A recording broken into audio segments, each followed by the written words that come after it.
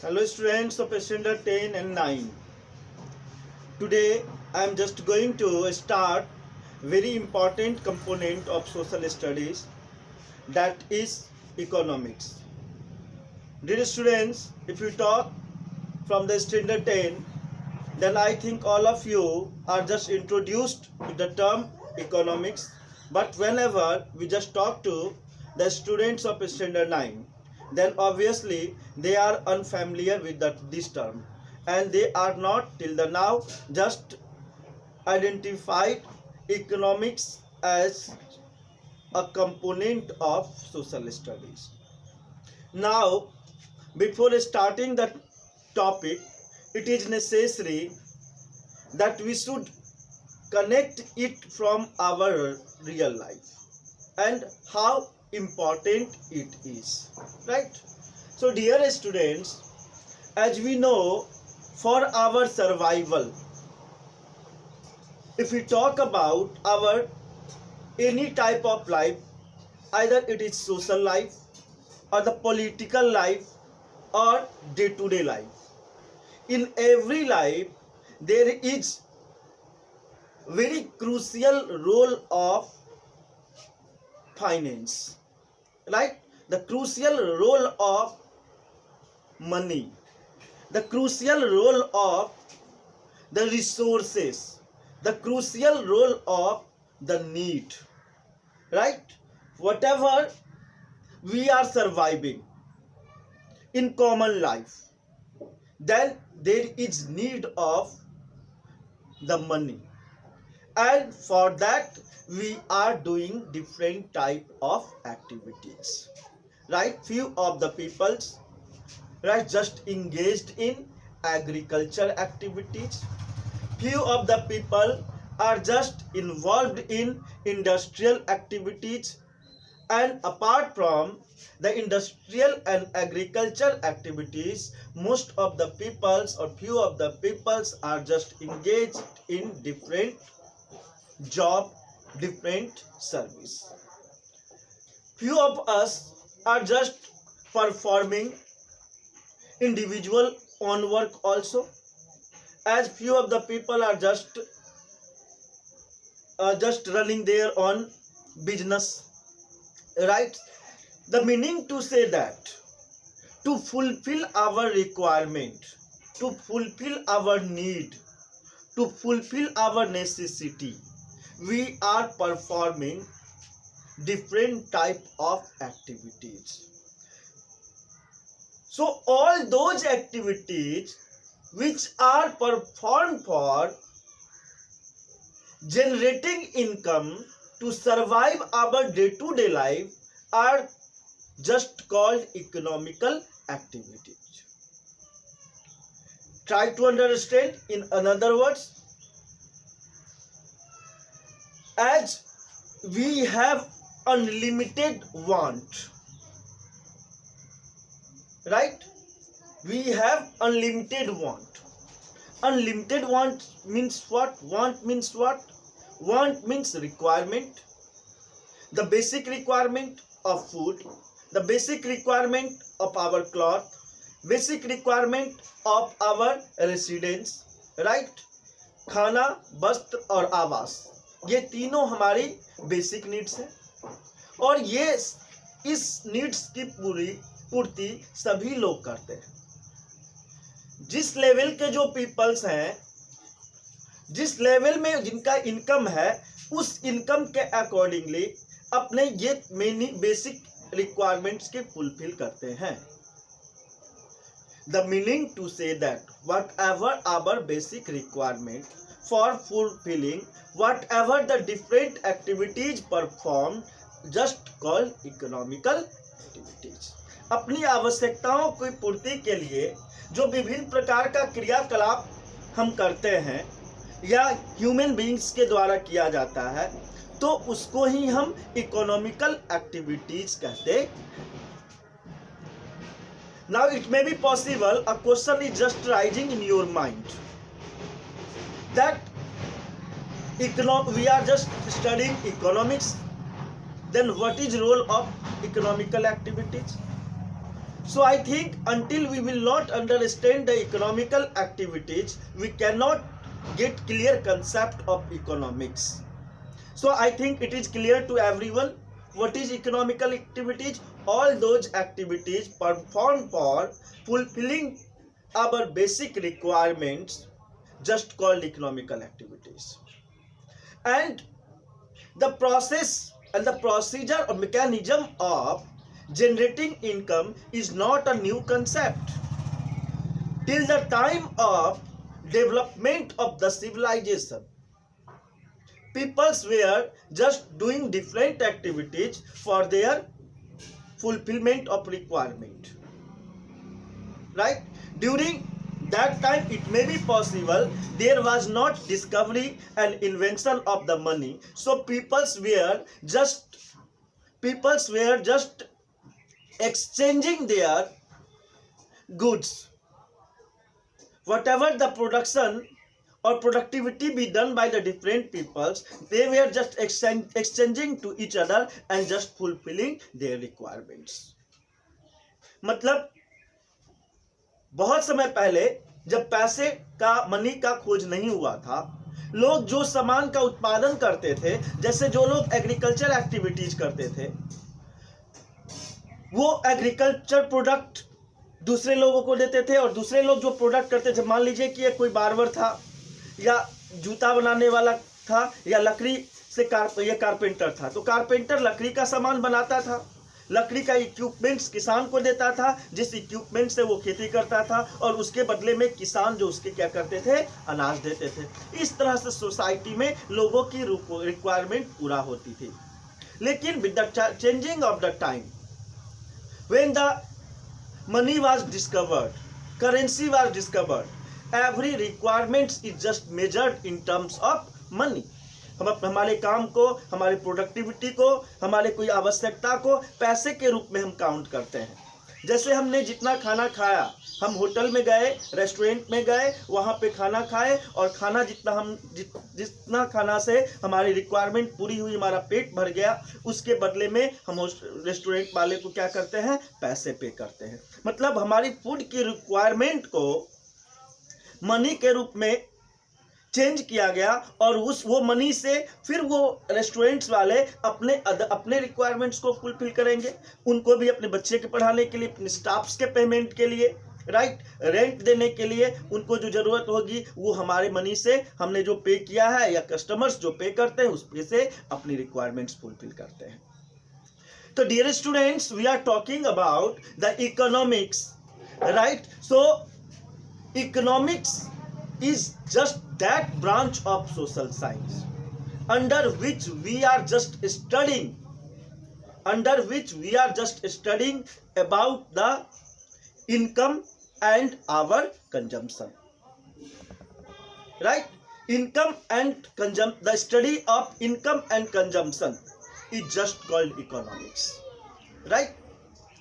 Now this income can be happen for an individual person, this and the same ratio there is consumption of individual person। एक व्यक्ति की आवश्यकता हो सकती है, एक सोसाइटी की आवश्यकता हो सकती है, एक प्लेस की आवश्यकता हो सकती है, एक फैमिली की आवश्यकता हो सकती है, एक कंट्री की आवश्यकता हो सकती है, और पूरे विश्व की आवश्यकता हो सकती है। तो जिस लेवल पे हम जाएं, उस लेवल पे एक जो इनकम, उस लेवल पे आवश्यकता की पूर्ति के लिए जो डिफरेंट एक्टिविटीज की जाती है, उस एक्टिविटीज को हम इकोनॉमिक्स कहते हैं, इकोनॉमिक एक्टिविटीज कहते हैं। और जिस ब्रांच के अंदर में इकोनॉमिकल एक्टिविटीज को स्टडी किया जाता है, that branch is just called economics. I think it is clear to everyone the definition of economics.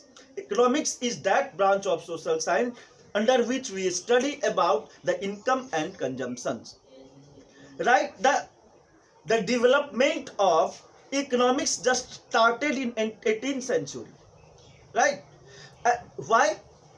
अब एक क्वेश्चन यहाँ पे आ सकता है, क्या 18th सेंचुरी से पहले इकोनॉमिक्स का कोई एग्जिस्टेंस नहीं था? एग्जिस्टेंस था, लेकिन इकोनॉमिक्स को स्टडी साइंटिफिकली और mathematically scientifically, psychologically and mathematically इसको स्टडी करना स्टार्ट किया गया 18th सेंचुरी में। आप एक एडम स्मिथ का डेफिनेशंस देखोगे, right? As per the definition of the Adam Smith who was a great economist, he just told economics is study of wealth. जो संपत्ति होता है, जो धन संपत्ति की हम बात करते हैं, तो धन एंड संपत्ति, wealth and the resources, everything are for what purpose? These all things are the purpose to fulfill our requirement। हमारी आवश्यकताओं को पूर्ति करने में ये इंपॉर्टेंट रोल प्ले करता है, right? So the study of wealth is just called economics, just told by a great economist Adam Smith in 1776। 1776 में एडम स्मिथ ने कहा कि जो संपत्ति का, जो संसाधन का जो हम स्टडी करते हैं, that is called economics. Just take one more definition of economics. Economics is the study of all those activities which help us to generate income for fulfillment of our needs। हमारी आवश्यकताओं की पूर्ति के लिए, हमारी जो डिफरेंट नीड्स है, उस नीड्स की फुलफिलमेंट के लिए जो different activities peoples, human beings के द्वारा परफॉर्म किया जाता है, उसको हम क्या कहते हैं? इकोनॉमिक्स कहते हैं। क्लियर? अब आप देखोगे, नीड एक गरीब से गरीब व्यक्ति को होता है, a common people, a very pure people, they have also need, और द रिच पीपल और big people, everybody has their own requirement and need, and they just want to fulfill those, right? So economics is the study of all those activities which help us to generate income for fulfillment of our needs, right? One more definition of economics. Economics is the social science of studying the production, distribution and consumption of goods and services. Now this is something different definition, right? Now this is something different definition. Just try to understand whatever the requirement we have। हमारी जितनी भी तरह की जरूरतें हैं, वो जरूरत दो तरह से पूर्ति होती है। या तो वस्तु के द्वारा, जैसे हमें खाना खाना है तो अनाज चाहिए, ठीक है? हमें कपड़ा पहनना है तो क्लॉथ चाहिए। वो क्या होगा? खाना जो खाते हैं वो फार्मर से प्रोडक्ट करेंगे। कहाँ से प्रोड्यूस करेंगे? एग्रीकल्चर से। जो कपड़े हम पहनते हैं उसको इंडस्ट्री से तैयार किया जाएगा, ठीक है? तो ये सामान, ये वस्तु, ये हो गया गुड्स। जितने भी वस्तुएं हैं जिसकी फिजिकली अपीयरेंस है, जिसे कि हम देख सकते हैं, हम चाय पीते हैं, वो चाय हम देख रहे हैं तो वो चाय का क्या होगा? प्रोडक्शन होगा। तो हमारी जरूरतें को दो भाग में बांटते हैं हम। एक भाग हो गया हमारी वस्तुएं, वस्तु, और दूसरी जो हो गई सेकंड थिंग इज सर्विसेज। जैसे हम बीमार पड़े, तो बीमार पड़ते हैं तो उस टाइम हमें क्या चाहिए? डॉक्टर के पास जाते हैं, हमें ट्रीटमेंट चाहिए। तो डॉक्टर जो हमें हमारा ट्रीटमेंट कर रहा है, वो क्या हो गया? डॉक्टर का सर्विस हो गया। जैसे मान लीजिए आपके बच्चे को पढ़ाना है, आप पढ़ रहे हो, आप पढ़ने के लिए आप क्या करते हो? You just contact to different teachers. तो टीचर्स जो आपको टीच कर रहे हैं, वो टीचिंग क्या हो गया? वो सर्विसेज हो गया। डॉक्टर्स, इंजीनियर्स के पास आप मकान बनाने का नक्शा लेके जाते हो, तो डॉक्टर, इंजीनियर जो आपके लिए नक्शा बना करके घर का देते हैं, वो क्या हो गया? वो सर्विसेज हो गया। So different needs of peoples are just categorised into two parts. One is goods and another is services, right? Now it is clear to everyone what is goods and what is services।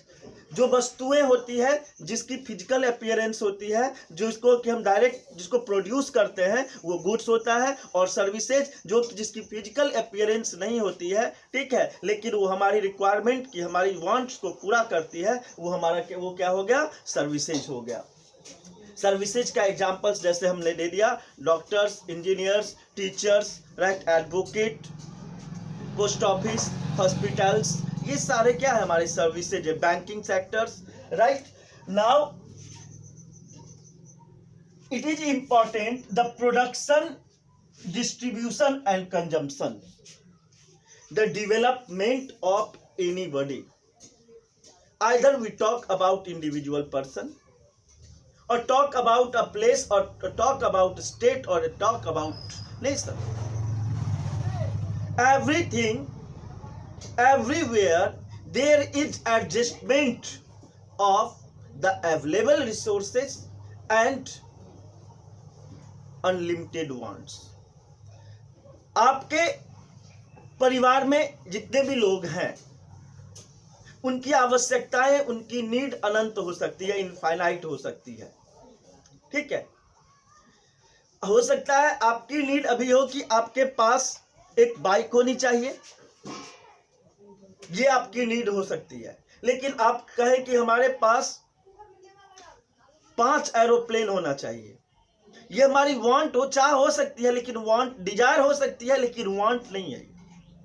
तो अब ये requirement, ये need आपकी पूर्ति कैसे होगी? This depends how much resources you have.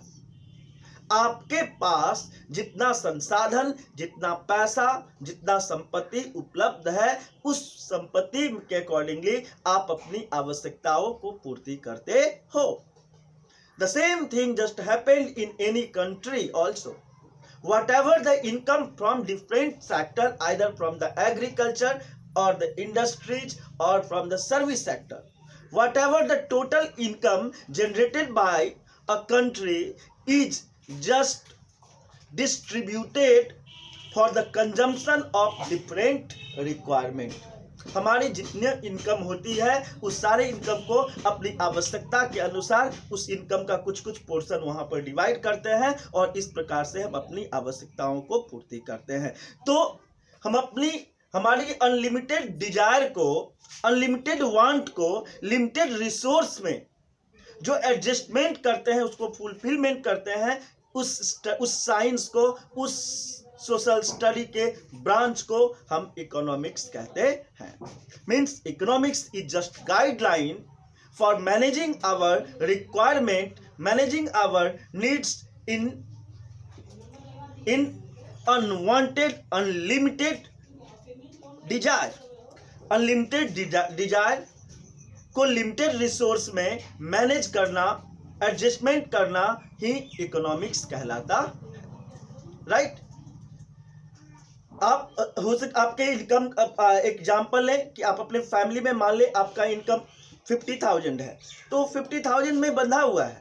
इस महीने में 10,000 एजुकेशन में खर्च करना है, स्कूल फीस देना है, 10,000 रेंट में देना है, 5,000 या 10,000 हमें क्या करना है, खाने पीने में खर्च करना है, 5,000 और जस्ट हमें सेव करना है फ्यूचर रिक्वायरमेंट के लिए. इस तरह से हमारी जितनी इनकम होती है, उस इनकम में हम अपनी सारी ज़रूरतों को क्या करते हैं, सब डिवाइड कर लेते हैं. और ये सब डिवीजन, ये एडजस्टमेंट जो है इनकम और कंजम्पशन को, ठीक है, तो जो हम डिफरेंट, ये जो हम एजुकेशन में खर्च कर रहे हैं, जो हम खाने पे खर्च कर रहे हैं, हम डेवलपमेंट के लिए खर्च कर रहे हैं, हम फ्यूचर के लिए सेव करके रख रहे हैं, ये क्या हुआ? This is just called consumption. हम काम करके जो इनकम जनरेट करते हैं, वो हमारा हो गया इनकम. राइट. काम करके जो मनी हम जनरेट करते हैं, वो हमारा इनकम हो गया, और उस इनकम से हम अपनी डिफरेंट रिक्वायरमेंट्स को जो फुलफिल करते हैं, उसको हम गए कंजम्पशन. तो इकोनॉमिक्स जो है just study of the production, मतलब जनरेटिंग इनकम. अब इस प्रोडक्शन को हम डिस्ट्रीब्यूट करते हैं. Production, distribution and consumption. Economics is nothing but production, distribution and consumption. हमने जितना इनकम किया, उस इनकम को हमने डिवाइड कर दिया कि कैसे खर्च करना है, और उसके बाद हम उसको डिवाइड कर दिया, और डिवाइड करने के बाद उसको कंज्यूम करना. This is just called economics. This can be happen for individual one person, this can be happen for one family, and this can be happen for a nation. Right. So dear students, I think it is clear to everyone. what is economics, right? Let us continue. As I told you, economics just developed in it developed in 18th century scientifically and psychologically. 18th century में इसको scientifically, psychologically और mathematically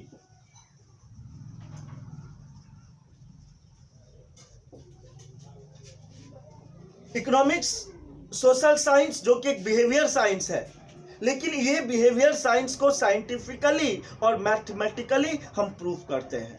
तो economics social study को और accurate बनाता है। Economics just makes social studies more accurate because it's principle and theories are just based on mathematics and science, right? The science which studies human behavior as a relationship between ends and scarce means which have alternative use. One more definition, it was just given in 1932. This definition was given in 1932. It's a recent definition in 20th century कि economics क्या है। तो इसमें बताया है कि scars mean माने limited जो रिसोर्सेज है, उस लिमिटेड रिसोर्सेज में हम अपने अनलिमिटेड रिक्वायरमेंट को कैसे बेहतर ढंग से फुलफिल कर सकते हैं। This just gives information from the economics, right? क्योंकि as we know, the day by day our requirement is just increasing, day by day the population is just increasing, but whatever the area of the land which was earlier was limited till now.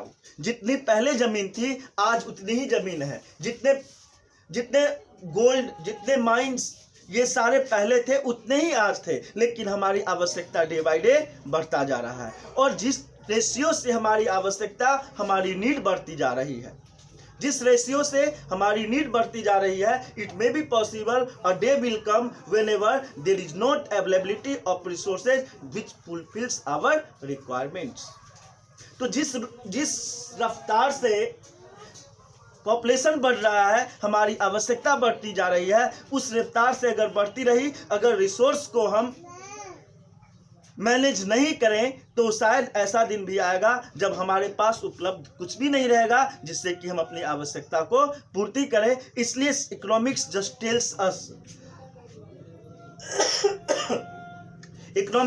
Tells us how can do efficient use, how can generate alternative use, how can we fulfill our requirement and there is not pressure over the resources also। मतलब हम अपनी आवश्यकता को भी पूरा कर लें, अपनी नीड को भी पूरा कर लें, और हमारे नेचुरल रिसोर्सेज पे, जो नेचुरल रिसोर्सेज लिमिटेड है, उस पर दबाव और प्रेशर भी ना पड़े, और हमें ही नहीं हमारे आने वाले जो नेक्स्ट जनरेशन है, आने वाले जो जनरेशन है, उनके लिए भी रिसोर्सेज को हम बचा के रखें। ठीक है, तो this is just called economics and this guides such principle guides in economics. Dear students, so the economics is that type of science under which we study the ends and scarce means which have a alternative use। मतलब relationship between the scarce mean and unlimited desire। Unlimited desire और जो scars माने क्या, सीमित, limited, scarcity. पैसे, आप टाटा, बिरला या अंबानी की बात करो तो उनको भी पैसे की कमी है, और पैसे की कमी आपको और हमें भी है। ठीक है, जिस लेवल में एक वो पर्सन जो कि प्रत्येक दिन खेत में जाकर के काम करता है, इनकम जनरेट करता है, उससे भी वो अपनी परिवार की आवश्यकताओं को ही पूर्ति करता है। और अंबानी की बात करें या बिल गेट्स की बात करें, वो भी अपने इनकम से अपनी आवश्यकता को ही पूर्ति करते हैं। तो सारे लोग एडजस्टमेंट करने की काम करते हैं, अपने इनकम के अकॉर्डिंगली अपने डिस्ट्रीब्यूशंस करते हैं, इनकम को अपने इनकम के अकॉर्डिंगली अपने रिक्वायरमेंट के साथ उसको एडजस्टमेंट करते हैं। तो इनकम के साथ अपनी वांट के एडजस्टमेंट को ही हम क्या कहते हैं, इकोनॉमिक्स कहते हैं। अब आप समझ सकते हो कि जैसा हम स्टार्टिंग से बोल रहे थे कि इनकम जो है, on income it just depends the life style of all of us. हमारे इनकम के आधार पर हमारा लाइफ स्टाइल होता है। As there is increasing in income, there is improvement in our lifestyle. आज हमारे पास इनकम कम है तो हम अपने बच्चे को सरकारी स्कूल में भी भेज देते हैं, लेकिन आज हमारा इनकम बढ़ जाएगा, कहेंगे नहीं सरकारी स्कूल में रिसोर्स की कमी है, अच्छी पढ़ाई नहीं होती, हम बच्चे को प्राइवेट स्कूल में भेजते हैं। उससे ज़्यादा इनकम हमारा बढ़ जाता है, हम कहते नहीं खगड़िया में, बेगूसराय में अच्छी पढ़ाई की व्यवस्था नहीं है, हम अपने बच्चे को देहरादून और दिल्ली भेजे पढ़ने के लिए, पटना भेजे, अच्छी स्कूल में भेजे, और उससे भी ज़्यादा लेवल हमारा इनकम बढ़ता है तो हम नहीं देश से बाहर भेजते हैं। तो ये डिपेंड करता है कि हमारी इनकम की लेवल क्या है। जैसे जैसे हमारी इनकम की लेवल बढ़ती है वैसे ही हमारा लाइफ स्टाइल चेंज होता है। ये एजुकेशन के सेक्टर में ही नहीं, हमारी प्रत्येक तरह की नीड की जरूरत की बात करें। आज हो सकता है आपके पास कुछ नहीं हो तो एक साइकिल की रिक्वायरमेंट होगी, कल आपके पास साइकिल है तो आपको मोटरसाइकिल की ज़रूरत होगी, और मोटरसाइकिल आपके पास आएगा तो लगेगा नहीं हमें प्रेस्टिजियस इशू कम है, प्रेस्टीज नहीं मिल रहा सारे लोग को साथ में ले जाने के लिए, एक 4 व्हीलर चाहिए, और आज आपके पास एक 4 व्हीलर हो गया तो then you will desire for the branded car like BMW, like Mercedes। So whatever the lifestyle of people just totally depends on their level of income.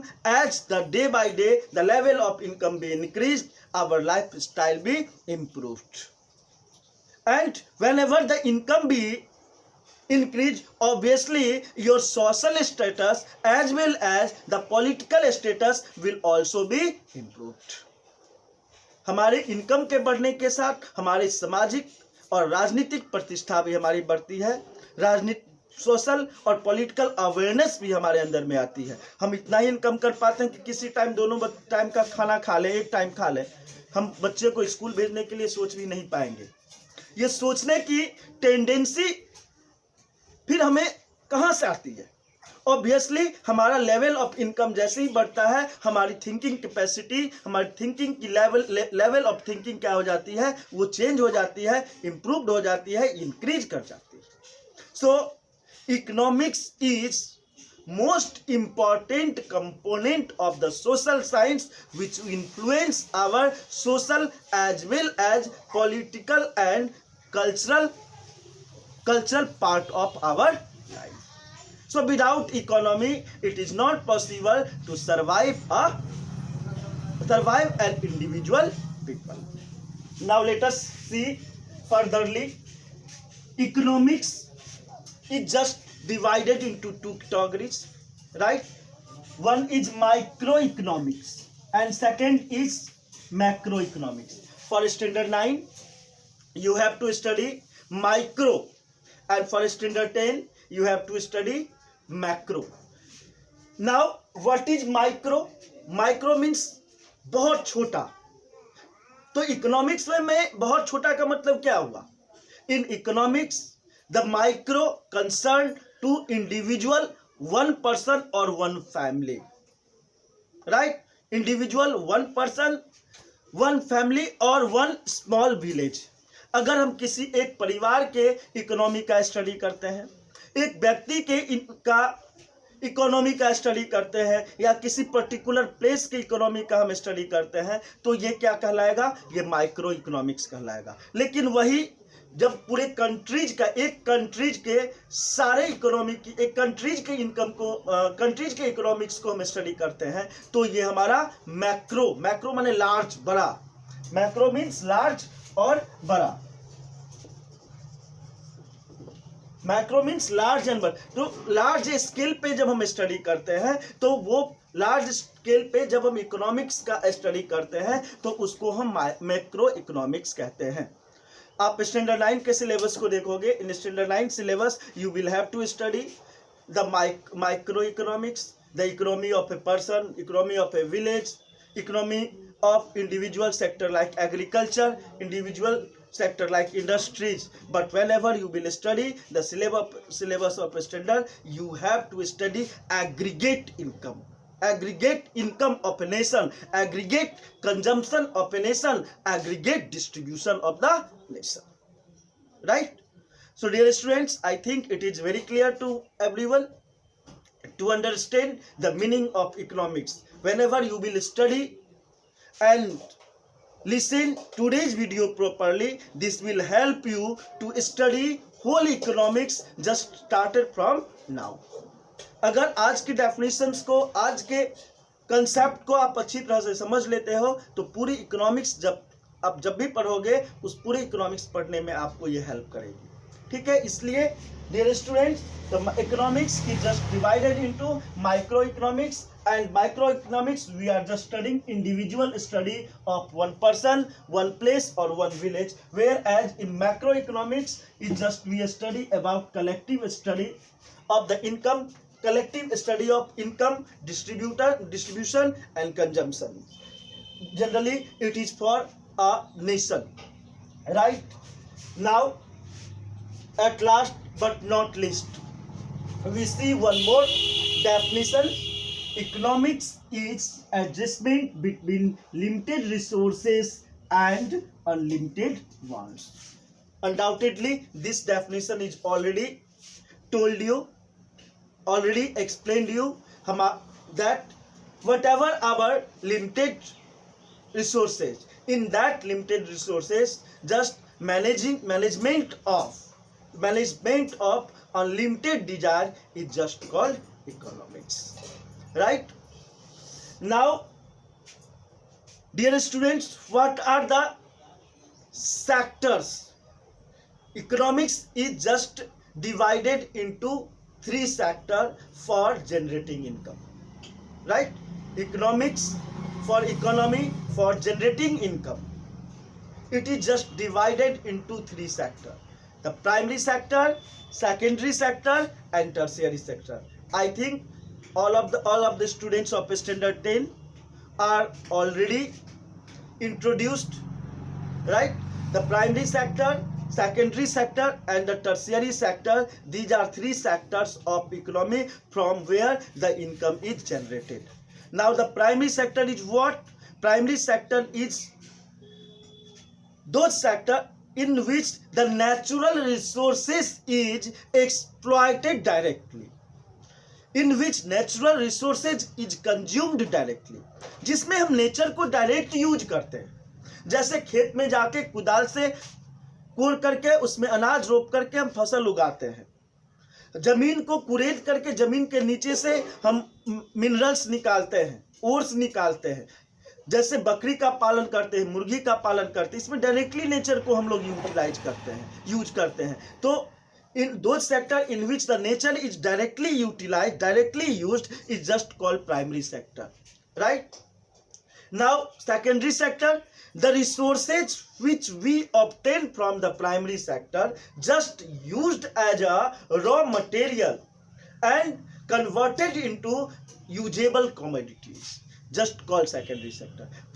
मतलब प्राइमरी सेक्टर से मिलने वाले रिसोर्स को यूज करते हैं और यूज करके उसको हम मतलब यूजेबल माने ह्यूमन के लिए या अपनी आवश्यकता की पूर्ति के लिए उसको कन्वर्ट करते हैं, तो वो सेकेंडरी सेक्टर हुआ. जैसे इसको एग्जांपल के रूप में समझिए, खेत से आपको, एग्रीकल्चर से आपको अनाज मिल गया और उस अनाज को आप लाते हो और चक्की में जाकर के पिसवाते हो. तो चक्की जो हो गया, वहां पर क्या हुआ, अगर आपको अनाज वहां से एग्रीकल्चर से नहीं मिलता, प्राइमरी सेक्टर से, तो फिर आप चक्की में क्या पिसवाते. तो यहाँ पे चक्की क्या हो गया, ये सेकेंडरी सेक्टर हो गया. मतलब किसी भी तरह का इंडस्ट्री जो हो गया वो क्या होता है, सेकेंडरी सेक्टर में आता है. All types of industry just comes in the secondary sector in which the end product just found from the primary sector just utilized here.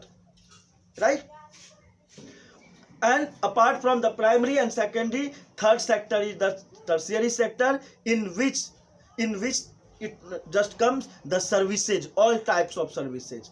अब जो वो सारे प्राइमरी सेक्टर और सेकेंडरी सेक्टर को ग्रोथ करने के लिए, फॉर अब जैसे मान लीजिए एग्रीकल्चर की ग्रोथ करने के लिए आपको क्या जरूरत होगी? एग्रीकल्चर की ग्रोथ करने के लिए आपके पास क्या होना चाहिए? नॉलेज होना चाहिए।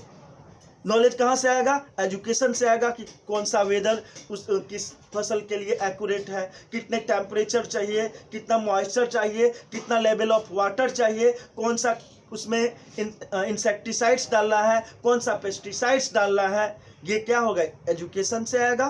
तो एजुकेशन हो गया, टर्शियरी सेक्टर से आया। और क्या हुआ?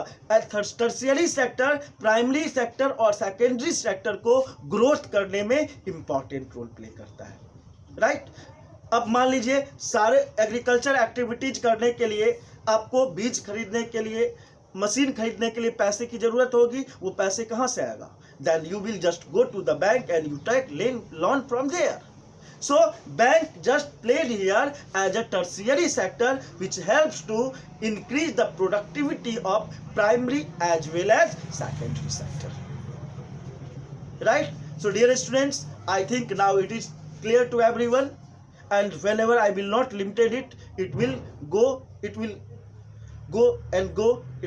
increase the long video. So once again we will meet in the next video with further information of economics.